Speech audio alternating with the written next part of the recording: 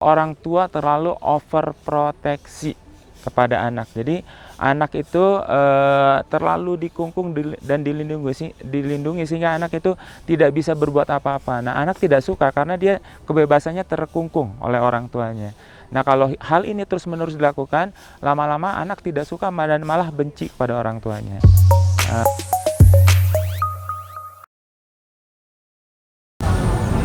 Assalamualaikum warahmatullahi wabarakatuh. Apa kabar ayah dan bunda?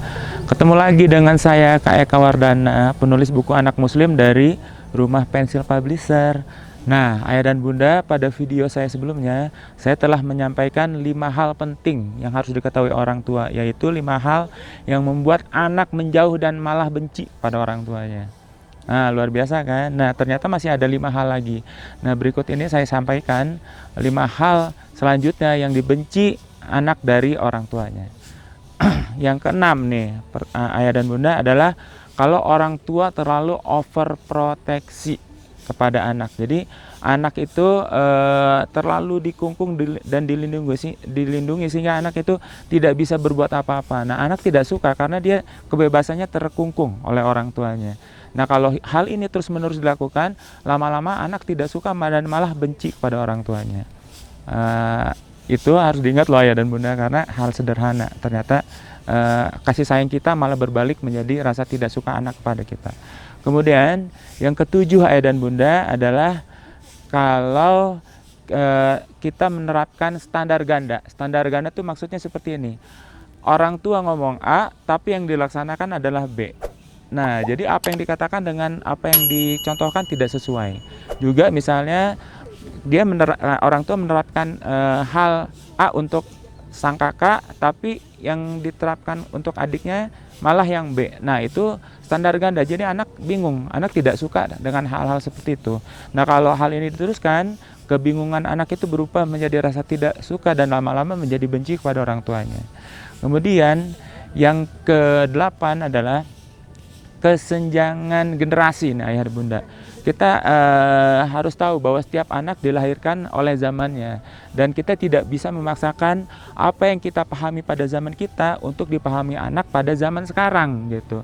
Jadi kalau anak punya sesuatu pandangan yang berbeda dengan orang tua, itu harus jangan dipaksakan untuk sesuai dengan apa yang kita pahami menurut zaman kita, tapi apa yang dipahami anak menurut keadaan sekarang gitu. Jadi jangan tiba-tiba mengkat dan menyalahkan anak begitu saja tanpa kita selidiki dulu apakah memang ini yang menjadi hal yang dipahami anak oleh di zaman sekarang.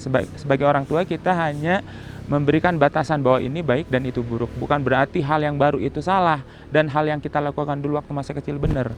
Nah, itu zaman telah berubah ya ayah dan bunda.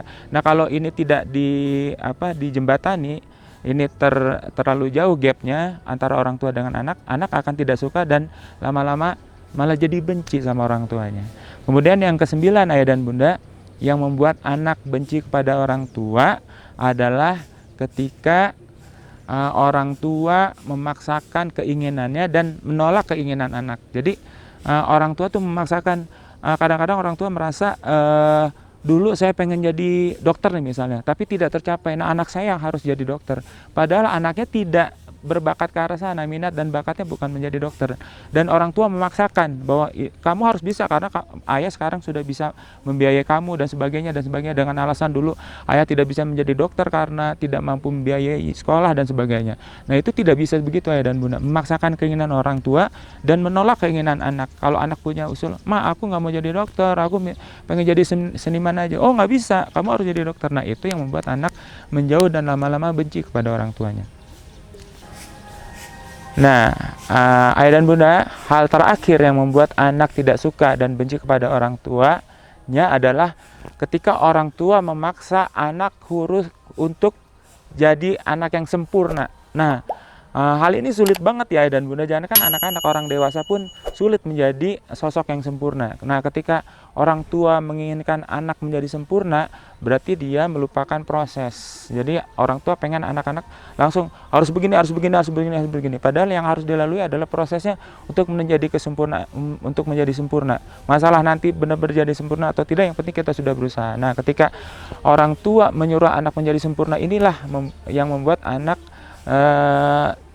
tidak suka dan malah lama-lama sebel atau benci kepada orang tuanya. Nah, itu adalah poin 6 sampai 10 hal yang membuat anak-anak tidak suka kepada orang tuanya. Nah, semoga hal ini bisa dihindari ayah dan bunda, karena tujuan kita adalah mendidik anak yang soleh, anak yang taat dan berbakti pada orang tuanya. Semoga bisa bermanfaat.